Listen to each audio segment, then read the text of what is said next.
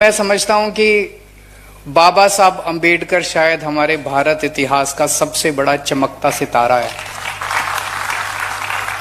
उनके जीवन को आप जितना पढ़ो उतना लगता है कि यार ये कैसे हो सकता है, ऐसा आदमी कैसे हो सकता है। जो आदमी एक मामूली से मध्य प्रदेश के गांव में इतनी गरीबी में इतने छुआछूत से निकल के भारत का लॉ मिनिस्टर बनता है और दुनिया का सबसे बेहतरीन संविधान लिखता है, ये सफर कोई आदमी कैसे तय कर सकता है।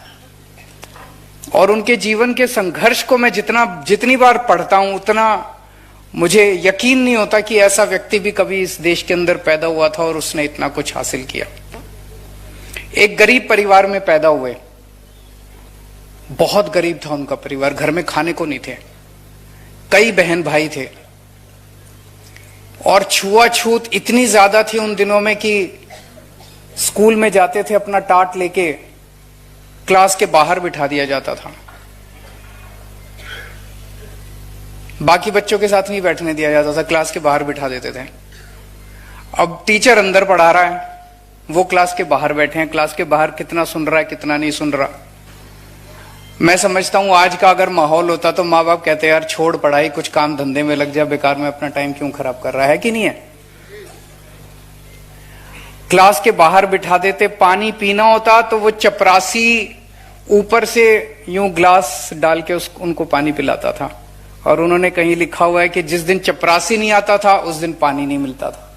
नो पियन नो वाटर, वो भी उन्होंने अपना एक चैप्टर लिखा हुआ है कि नो पियन नो वाटर। जिस दिन चपरासी नहीं आता था उस दिन पानी नहीं मिलता था पीने को। पर वो पढ़ाई करते गए। मैं तो कुछ ताज्जुब होता है कि वो एक क्लास नहीं तो अगर ऑर्डिनरी कोई आदमी होता तो वो तो पढ़ाई छोड़ छाड़ के और अपना किसी काम धंधे में लग जाता। और वहां से फिर वो बॉम्बे गए, बॉम्बे में एल्फिंस्टन स्कूल में गए, फिर कॉलेज में गए और 1913 में कोलंबिया यूनिवर्सिटी पहुंच गए। कोलंबिया यूनिवर्सिटी, मुझे नहीं पता अभी इस हॉल के अंदर कितने लोगों को पता है कि अमेरिका के अंदर एक बहुत बड़ी यूनिवर्सिटी है कोलंबिया यूनिवर्सिटी। आज के जमाने में तो इंटरनेट है, आप अभी गूगल मारोगे तो आपको पता चल जाएगा कि कोई कोलंबिया यूनिवर्सिटी भी है। उस जमाने में 1913 में मध्य प्रदेश के छोटे से गांव के गरीब लड़के को पता कैसे चला कि कोई कोलंबिया यूनिवर्सिटी है? उनको फॉर्म कहां से मिला? मैं तो यही ताज्जुब करता हूं, उनको फॉर्म किसने दे दिया? कहां से मंगाया उन्होंने फॉर्म? सोच के देखो आप। अभी तो पढ़ते हैं तो कहने को तो बड़ा आसान है, लेकिन उस बंदे को, उस बच्चे को पता कैसे चला 1913, मतलब 13 और 10 23 9 22 साल की उम्र के अंदर, 22 साल की उम्र में उस लड़के को पता कैसे चला कि अमेरिका के अंदर कोई यूनिवर्सिटी है जिसका नाम है कोलंबिया यूनिवर्सिटी। वहां ऐसे फॉर्म भरते हैं, फॉर्म भर के एडमिशन लेते हैं, एडमिशन, उनको स्कॉलरशिप तो चलो मिल गया। वो कोलंबिया यूनिवर्सिटी पहुंच गए पढ़ने के लिए, वहां से उन्होंने पीएचडी करी और फिर 1915 में वो लंदन स्कूल ऑफ इकोनॉमिक्स पहुंच गए। आज भारत देश में, आज पूरी दुनिया में लंदन स्कूल ऑफ इकोनॉमिक्स में एडमिशन लेना मतलब नामुमकिन सा है। लंदन स्कूल ऑफ इकोनॉमिक्स दुनिया का सबसे बेहतरीन कॉलेज माना जाता है, सबसे बेहतरीन college. London school of economics से उन्होंने अपनी दूसरी पीएचडी करी। फिर मैं देख रहा था पता नहीं कितने तो एमए की डिग्री ले रखी है उन्होंने और कितनी उन्होंने पीएचडी की डिग्री ले रखी है। और फिर उन्होंने वकालत कहां से करी? वकालत दिल्ली यूनिवर्सिटी की लॉ फैकल्टी में भी एडमिशन मिलना कितना मुश्किल है कि नहीं है?